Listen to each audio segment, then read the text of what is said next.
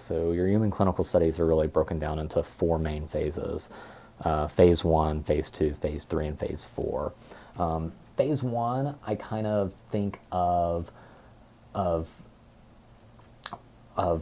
this is kind of the basic animal model testing for the human model.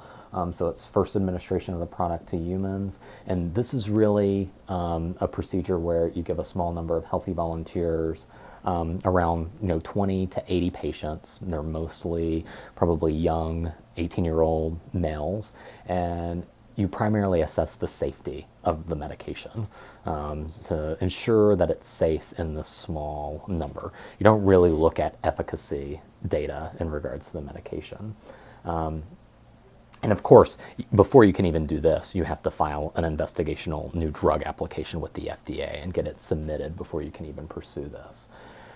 Phase 2 testing is where you have a better grasp of some of the basic, pharmacokinetics of the drug. You ensure the pharmacology. You kind of get an idea of some dosing range with it in the phase 1, and you expand that into phase 2, where the big difference is that in phase 2 is that you actually have people with the disease target that you're studying. So if you were studying this in patients with hypertension, you would be gathering a small cohort of patients that have the disease state. So you can start, again, gaining some more safety data with the medication, as well as some preliminary efficacy data.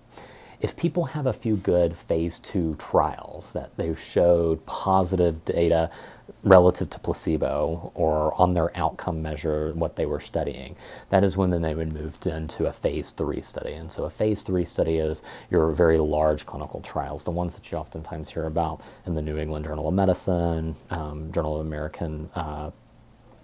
the American Medical Association, or JAMA, the Lancet. These are your trials that will get drugs approved. So these often have thousands of patients that are enrolled with the disease state, and the primary goal is to of these trials is to study the safety and the efficacy of the medication in a much larger population and determine if there are statistically effective outcomes that are met. If you have two, for most cases, the FDA requires 2 positive placebo-controlled trials for a medication to really be granted approval. There are some exceptions. Oncology is definitely a big exception, where there's new chemotherapies that come out that are used for more treatment-resistant cancers, or there's not a lot of treatments out there. So sometimes those will only require 1 trial. And there are a few others where such like treatment-resistant disease states, or very rare, obscure disease states where there's not a lot of treatments, you might only require 1 trial. After that, after the phase 3 trial, you do a new drug application. This is really all of the data that you've gathered from these clinical trials. What's nice is that the FDA now has pretty much all of this information online for most drugs that have been studied in the past 15 to 20 years. And so you can actually see big chunks of it, not all of it, of details regarding drug chemistry, some of the preclinical studies, manufacturing methods, the labeling, the packaging, and the FDA takes this information to make their assessment of whether a drug is approved.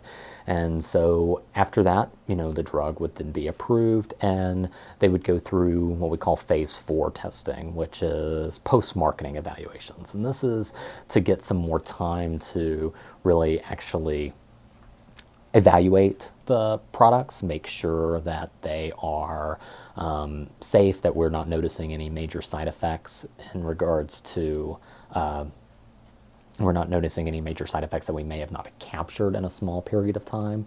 It also gives us some time to do, if it was a short treatment trial, if people are going to be on this chronically, it's a time that we can evaluate the safety and efficacy over a much longer term.